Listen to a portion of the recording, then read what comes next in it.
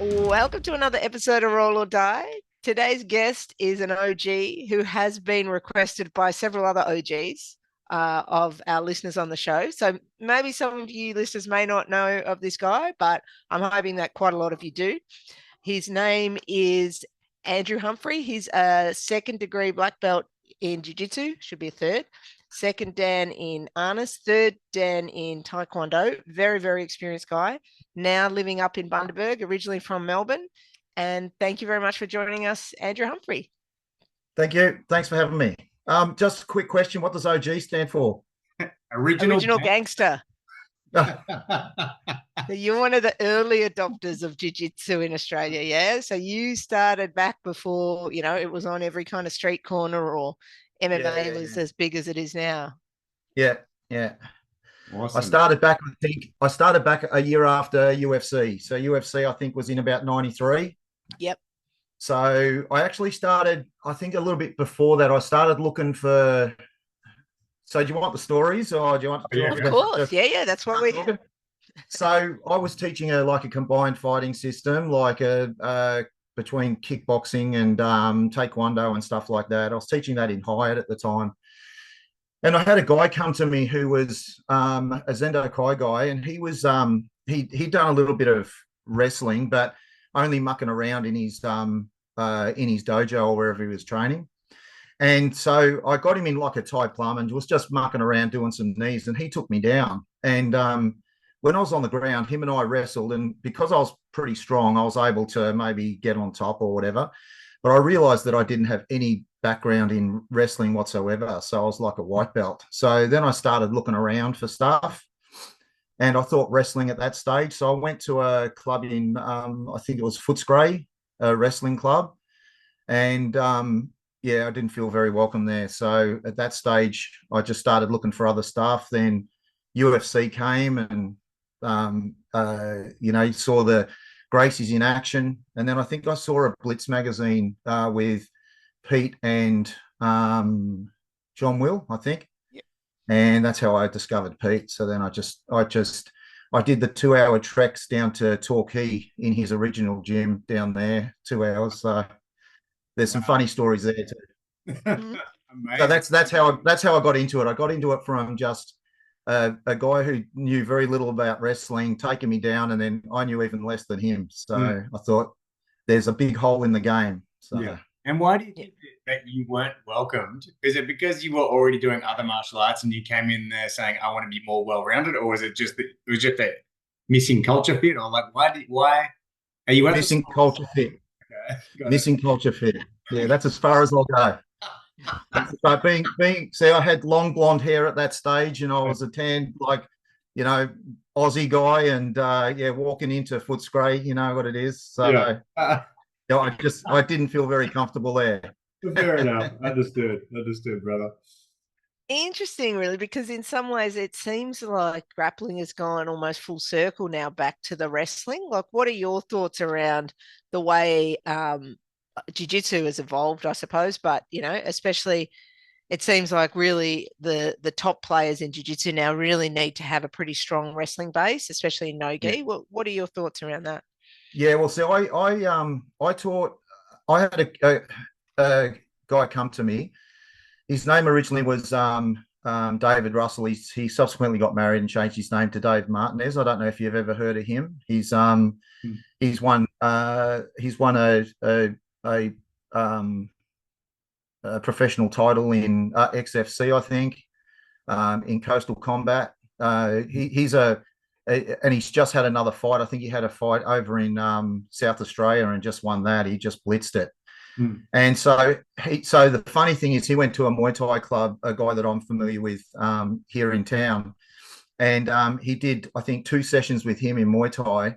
And then he went and enrolled himself into a MMA fight, at C-class level, only done like 2 weeks of Muay Thai, never done any grappling whatsoever. went after 2 weeks, went in, enrolled himself, got taken down and smashed, and then thought I better find some wrestling himself. And then he came to me. So I trained him for a year, and then we started putting him into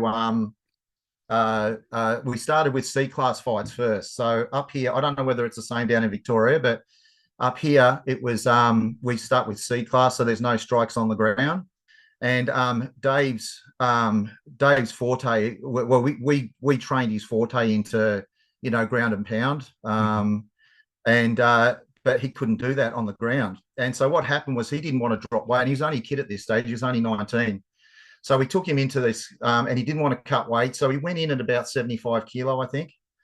And so he walks in, and the you know, the crowd sees him. And then the guy who walks in after him was like this mass monster. He was huge because he was, you know, been training and dropped all this weight and stuff. And I thought, oh my God, this is going to be shocking. But it turned out to, and the whole crowd, just when they saw this guy walk in, go, oh, fuck. Like that, the whole crowd. And anyway, so no, Dave did quite well. It ended up with a draw.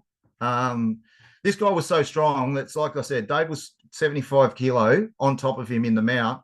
And this guy virtually grabbed him by the hips and stood up. Wow. So that was his escape method at the time. But anyway, so I trained Dave for the next, I think, 5 or 6 years. He won the amateur title, won 9 fights in a row. And then I think he went down to train with Dunstan, because I said I wasn't going to, I don't have the time to train a professional athlete. So he took off down there, and and so I just kept running the club. But my theory was, I taught him not to stay on the bottom. So if he got taken down, I taught him to get back to his feet as soon as he could, and in the end, I ended up not being able to hold him down. And if you watch his fights, no one holds him down. So, and we played the top game. So I've been doing like, I had a Canadian guy here in town who taught me a lot of collegiate wrestling and stuff. So we do a lot of wrestling, a lot of takedowns. It's pretty funny because up here in Bundaberg, we get a lot of backpackers from all over the world. And a lot of them don't have any takedowns. So they come to us and they're just blown away by it. So yeah, very wrestling orientated. And I don't love the flow of jiu-jitsu so much. I love like the strength and the power and that sort of stuff of wrestling. So I like to dominate people that way. Well, I make you know to never roll with you. that's right. Note to self. Yeah, so we don't. So I suppose our guard game. I've got a brown belt training with me now, who's probably a modern brown belt, who does a lot of the sort of modern. Because I'm like he said, I'm old school. So a lot of my techniques are old. You know what I mean? And so he's come in and refreshed us a little bit with some of the modern sort of concepts around De La Riva. And so I used to call it puppet guard, but what do they call it? Spider guard or whatever, you know, stuff like that. So yeah, I'm going to make a note. That's cool. What's that? Puppet guard. I've never heard it called puppet guard before, actually. Yeah, puppet guard. Well, that's what I've called it. So yeah. So anyway, and we've had people like I've had sambo wrestlers come and train with us and all sorts of stuff. So the style, even though I haven't seen Pete a hell of a lot over the last, well, I've been here 20 years and I've seen Pete maybe 5 times in 20 years. The style has probably developed, and it's a lot more different to what Pete's would be, I suppose, because we mainly do a lot more no gi than gi anyway. So, and like for me, like one of the things that really shocked us when we were preparing this call with you is that you don't own a phone. Is that true? You don't have a mobile phone. No phone. No. What happened was I was given it when so down in Melbourne back in probably 95. The Southern Metropolitan Region was given $180,000 to start a program because there was youth suicide was the highest down on the Southern region than anywhere else in Victoria. It's a long time ago. Potentially it could have been all of Australia. So I'm not sure whether it was just Victoria or all of Australia. So the government threw $180,000 and we set up a program. So I was given the job of setting that program up. I was given it a week before the mid-semester holidays, the June holidays. and they wanted it running after June. You know, term 3. And so I made $900 worth of calls in like 2 weeks on that mobile phone. And then what started happening was I started getting anxiety. Like every time it rang or a text came, I started getting anxiety. So then I just got rid of it. Understood. And so in what have I been teaching now? 30 years. So in 30 years, because all I've ever done is run alternative programs. So I've been off sites usually, not contactable. And principals and people have been telling me I need a phone. I go, yeah, I'll get one. Never do. So that's amazing. It's getting harder and harder. So not to have one. But I think we all know that anxiety. Like I definitely have experienced that anxiety in times of my life, and now I've kind of managed that anxiety, that phone. But I'm definitely addicted. It's like crack. I have to look at this thing. I have to be responsive to messages. It rules me. It's a full-time job just running my phone. Like I could pay someone a full-time wage just to answer messages. So that's how the reason that you can contact me is because I have to. I keep the Facebook open just for the club. So so that's how I do that. So that's pretty. Tell us about your alternative programs, Andrew. Like I thought you were just a high school teacher. It's more than that. Yeah. What are you doing? No. I've run. So we were just talking about VCAL actually. So I ran a program down south called Patterson Project at Brighton Secondary College for 10 years. And in that time, I put a report into it was a Kirby report for post-compulsory education. And out of that was the birth of VCAL. So VCAL had it's had a work-related stream and a personal development stream. And this will be interesting for the jiu-jitsu down the track because I'll chat to you about that too. Yeah, well, just interrupt you for a sec. VCAL, for those who don't know, is like an alternative system for people who don't learn the traditional way. Like there's hands-on projects. You might be doing a construction project to get through your VCE. Is that correct? Is that how you describe it? Vocational, vocational. Vocation, VCAL, vocation. I can't even remember what it is now. It's too long ago. But anyway, so what I did was, I actually taught the kids Jiu Jitsu. So as part of their personal development, so I taught the kids Jiu Jitsu. There's some funny stories about this. I can go on. Yeah, tell them. This is what the people want to hear, Andrew. Tell us. Don't hold back. I taught the kids Jiu Jitsu. We also had a drum beat program, and then we also took them to hospitality training. So what I did, I think back, I've got the posters up here somewhere. I think 2002, I ran the first tournament there, and I ran that before the Pan Packs, so that people could prepare for the Pan Packs. I think I ran them in October or something like that. So the kids could actually, so they participated in the actual competition. So I just advertised it virtually in Pete's club. It wasn't sort of out to everybody. It was just mainly Pete's club at the time. So I personally think it was probably the first tournaments that had we had people competing, we had drum beat going, awesome. And I had a spare. So this is back in 2002. I put $150 for whoever won the Open, and there were some parents. It's probably the equivalent to ADCC today, huh? That's ADCC. Sorry. So we had some parents watching and stuff, and they actually threw in extra money. So the first guy to win that was a guy called Huey who trained with Pete. I don't know if you've heard about him. He was a long. What's his surname? Do you know his surname? No, I can't remember it. Hugh or something. So, he won the first one. So he won $300. So I reckon that was probably the first tournament in Australia that was ever run that had that sort of music going. We had the sort of the Brazilian music going, and someone actually won a purse of money. So, I did that 3 years in a row. Then I came up here. What's the linkage between like the drum beats and the hospitality? The hospitality I get, it's like giving them a skill, right?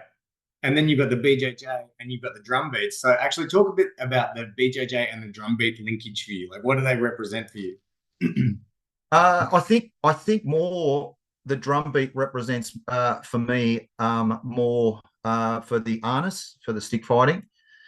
Because we do a lot of within the stick fighting, we do a lot of rhythm and timing drills, and I use a lot of the sort of the drum beat and the bongos for that. So I was actually doing more. I wasn't teaching them stick fighting at that stage because I only ever teach like harness and sticks and knife fighting to adults, like to people over sort of 18, 19. But within some of the stand up that I was doing, I used the drum beat as well. So that sort of stuff. I did a bit of training with Daniel Cherubin. I don't know if you know who that is, but he was one of Bruce Lee's students. So Wow. I did it, and that's a story in itself. Like I remember going to a seminar with Daniel Cherubin teaching, and it was a 4-hour seminar. It cost a fortune, and he taught about 600 techniques in 4 hours. And it was like I felt like all he was doing was showing off. You know what I mean? And then what happened was shortly after that. Henzo Gracie came out with Pete and ran a seminar, and so I'd just been burnt off the Daniel DeSanto one, and I thought, no, I'm not going to Henzo, and all Henzo did was teach takedowns for so for the 2 days. So I thought, oh, I'm glad I missed that because I'm not interested in takedowns at that stage. And then Randy Couture came out and did a seminar here. Randy did, and 2 of my students went to it, and I go, no, I'm not doing seminars anymore. I've been burnt, and it was one of the best seminars like these guys had ever been to. It got unbelievable, and so they brought the techniques back, and I still teach those techniques today. You know those the techniques that Randy taught back then, like what is it, 25 years ago? So, wow, yeah, long time ago. Yeah, that's amazing. Yeah. Yeah, seminars are interesting. I mean, in some ways they're great because, but it can be a bit hit and miss. Like you just don't know what you're going to get. Sometimes you can get some fantastic techniques that you can really incorporate into your game. And then other times it's not a waste of money, but sometimes you think, oh, I've just paid this money just to sort of meet this person and take the photo because a week later I can't remember anything that I've done. Yeah, that's right. That's my thoughts about them. Well, yeah. Andrew, you mentioned about some interesting stories that you had, especially around the trips down to Torquay. Can you share one or two of them? Torquay. Are they PG rated or? Yeah. I was talking to my brother about it because he came down with me, like, and because I'd just seen the MMA, and I said, and at that, in my ridiculous mind at the time, I thought I was going down to like punch on with people and wrestle and stuff like that. Right, because I had no idea, and so I got my brother involved. He came down with me, and this was the first. You thought it was like the first storm, basically. You thought you were going down. What's that? Yeah, we're going down there to punch on. That's for sure. Yeah. So I went down there, and it was the furthest thing from that, right? But Pete wasn't there. So Pete was over in Brazil. I think he used to go maybe 2 or 3 times a year at that stage. Like he was, So was this the early 2000s or late 90s? Yeah. When was this? This was it. So I think I started with Pete in 94. So this was like 95 or 96. Late 90s. Wow. Yeah. So this was in his first club he had down in Torquay. It was a little tiny club. Anyway, so we get there, and I think Darren McLean, is it? I think Darren has been running it. And so, we wrestled and stuff, and we did some techniques, and I remember learning it was just a pressure pass, and it's still a pass I teach today, and it's a pass I use as well. So, and I remember learning it, and it was all these parts to it. And I'm thinking, in a fight, there's no way I'm going to be able to do this. It's ridiculous, right? But you can do it, and I've been doing it for the last 30 years. So, so we learnt that. And then we started wrestling. And I remember at the time there was a guy called Glenn, and like he was sitting opposite me. There was probably about 10 of us in the room, and he was sitting opposite me, eyeballing me, like full on eyeballing me. And I'm thinking, man, is this guy gay or something? Like, what's going on, right? And then he's like moving closer and closer to me, like. Because he knew what was coming. He knew that we were going to get ready to wrestle, right? And I was looking at Mark, my brother, and Glenn's getting closer and closer, and I'm feeling quite uncomfortable, wondering what the hell's going on, because I didn't know we were going to wrestle. And then soon as Darren goes, okay, we're going to wrestle, Glenn turns to me and goes, okay, mate, let's go.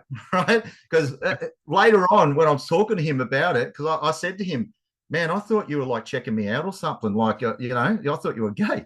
And he goes, no, he goes, I try and get the first person, a brand newbie that comes in, I try and get them because I want that fresh energy, and that energy that, you know, if someone who doesn't know what they're doing, because it's erratic and it's, you know, it can be full on. And so he was chasing the fresh energy, not my body. Chasing the fresh energy. That's amazing. Fresh energy. Yeah. So I don't even know if he's still training. So he was brilliant. And then I know that you've had Dan Cherubin on here. Yeah. Yeah. And I remember wrestling him. So he was 14 years old when I wrestled him. Wow. And he smashed me. He smashed me like at 14. Probably my height even then, but still 14. Wow. And I was already probably a second dan in Taekwondo, and I boxed and all that sort of stuff, right? And he smashed me. So driving, I remember leaving there and the old ego, and I've heard this a million times before, oh yeah, but if I could have punched him, I just would have punched him out. You know what I mean? I just would have punched him out. So it wouldn't have actually been really a contest because I was fighting to his rules, right?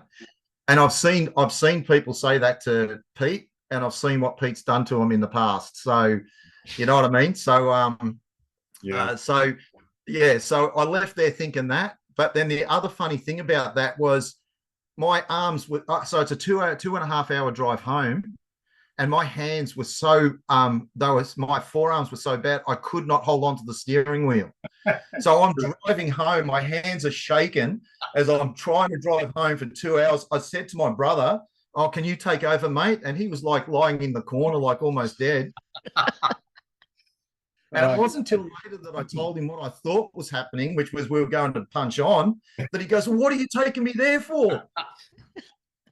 Oh, God. Anyway, yeah, that was some of the longest 2 hour drives I've ever had. That's amazing. Like from that place. Yeah. Go on. Have you got more of that? Because I was just going to say, then when I was down there, Pete goes, oh, I've got some good news. I'm coming to Melbourne. I'm going to start I'm starting a club. I go, oh yeah, Pete, where is it going to be? And he goes, oh, it's in Hyatt. Well, I was teaching in Hyatt at that stage, and I was teaching Jiu Jitsu for Pete in Hyatt at that stage. And I thought, wow, oh, what do I do now? Like, the master has come to town and he's going to boot me out. So he booted. So I left there and went down to Frankston, started teaching down Frankston. So, and then moved to, I think, Cranbourne.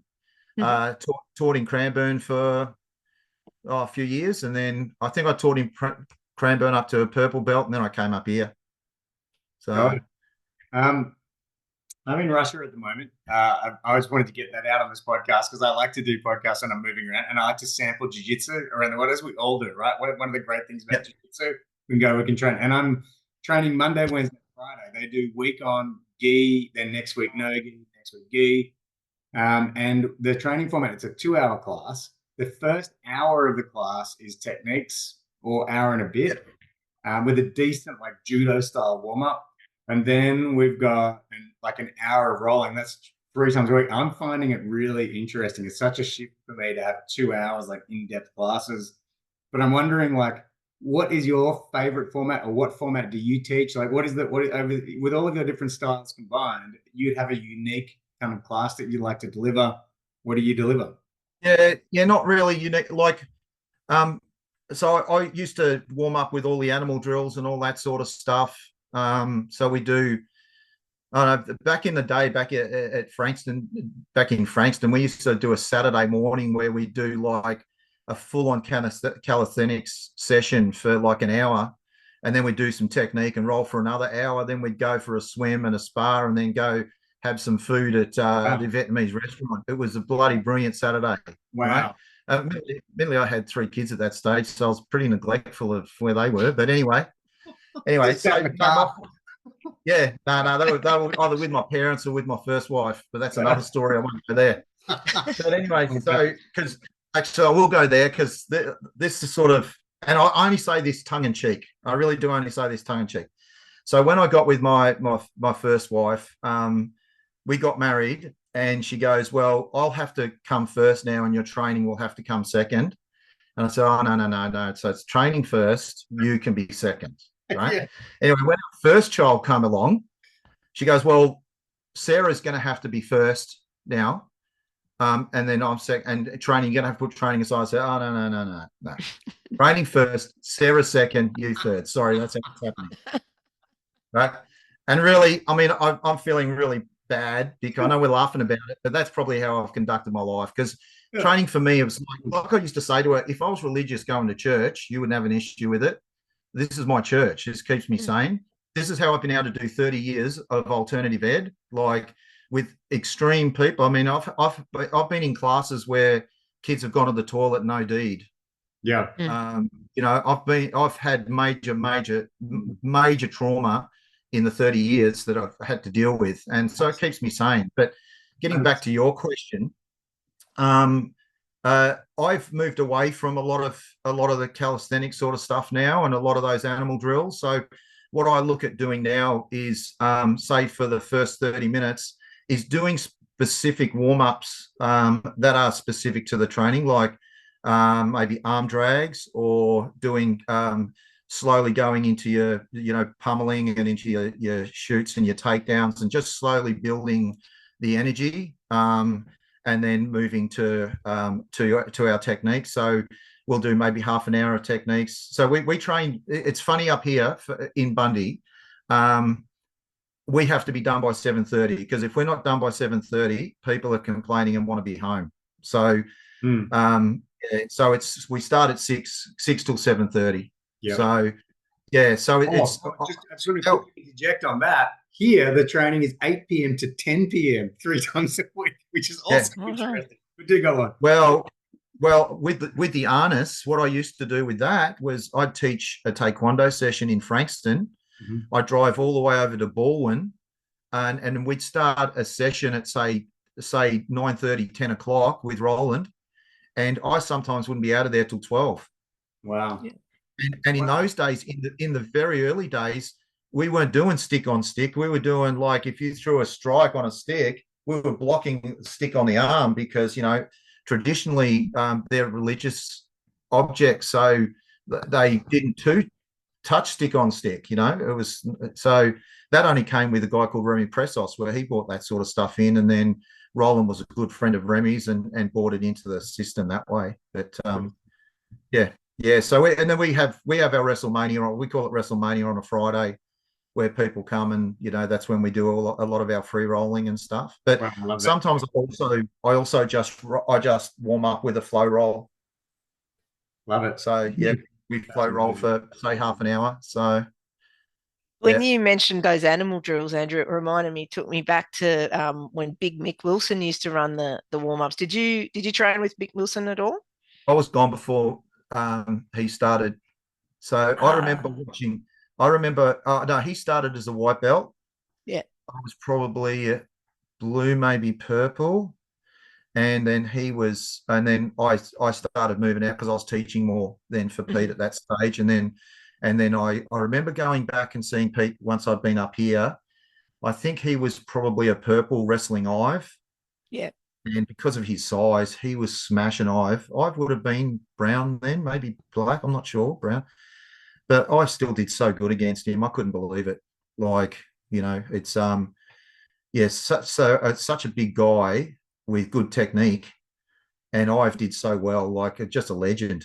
So yeah, it's tough, isn't it? Losing when you're a high belt, losing to lower belts who are just they're somewhere or another. No, Ive didn't lose, but he didn't lose, definitely. But no, he was. I could just see him getting squashed under there, and like he was working. He was working like old school, getting round to his back underneath. You know how you do. So he was doing that sort of stuff. So that's awesome. Yeah, Ive used to blow me away. Like his attention to detail on training. I don't know. Kim, did you ever train with Ive?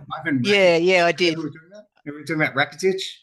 Yeah. Yeah. He's one of the guys that pushed to get you on, Andrew. That was very Oh, keen right. to hear Yeah, your well, story. well, I used to get really, it was it was only competition on my side, not his, but because Pete would go, he would start a class with, "Oh, has anyone got any questions?" And I would fire off like 5 or 6 questions, right? And get in depth into the technique, right? I'm thinking, oh, I've got to have a question. I've got to put a question out. And any time I'd put a question out, Pete would just like answer it in like 3 seconds flat, and it was just fell flat. Because my concept of jiu-jitsu is not as obviously as in depth as Ives, so it used to piss me off. Yeah. That is. What about Lance? Did you have much involvement with Lance? He's someone I'm trying to get on the show. If you can put in a good word to him for us, because everyone's asking me to get Lance on, but Lance won't come on as a guest. I'll send it. So I actually I put Lance out for a long time, actually. Yeah. So what happened was we moved. So my Taekwondo instructor, had a club in Frankston, and then he moved to a club which was upstairs as you head out to Elling Warren. It's on the left-hand side. Used to be an old Taekwondo, I think, and then my instructor Brian took it over, and I taught jiu-jitsu there. And then Lance, sometimes I would go to Lance's, and Lance would come to mine. So he came to mine on the weekend. And I just did this. I did what I thought was a sweep, which is like you're in the guard and the guy stands up and you do go into K guard and then you swing your leg over. And I had his leg trapped and like I was trying to sweep him and Lance wasn't going to go. And eventually his knee just popped. Ouch. I just popped his knee. Yeah. And it's pretty bad. Yeah. And then I don't think he didn't come back for a long time. I think he's now teaching in Ballarat. No. Teaching maybe a kids class, maybe. I don't know whether he's doing seniors, but I feel really bad about that because ignorance. I was probably not even blue then. Maybe I was just blue, and it was actually a leg lock I was doing, not a sweep. So you're old school, but that's very new school for if you were still a white belt back then. We've only got a little minute and a bit left, guys, and that is a very we could do another whole show with you actually, Andrew, because you mentioned some really cool topics. So I think we'll have to get you back at some point. But as Kim always says, I'll take the reins on this one. Have you got any words you would like to say to close out the show today? Anything you'd like to pass on? We've got less than a minute now, so you're gonna have to keep it brief. But we'd love to. From my point of view. Yeah. No, I don't know. I don't have. You've just given us 40 minutes of it. I take after my dad, and once you start me talking, that's it. I'm gone. I'm gone. You're great. You've been amazing. We really appreciate you coming on the show. That's for sure. You've given us a wealth of knowledge, so many new questions that you've left us with questions on top of the answers that you've given us, and that's always amazing. There's room for a sequel. So thank you so much. I've got lots more. Yeah, I've got lots more stories for you if you want them. We do. Please do. Yeah, we will definitely hit you up again, Andrew. We'll have this episode out in a couple of weeks. So thank you so much for giving up your time. And like I said, if you could put in a good word to Lance for me, love to have him on as well as a guest. And we'll see you on the mats. Thank you very much. Thanks, Andrew. See ya. Bye. Thank you.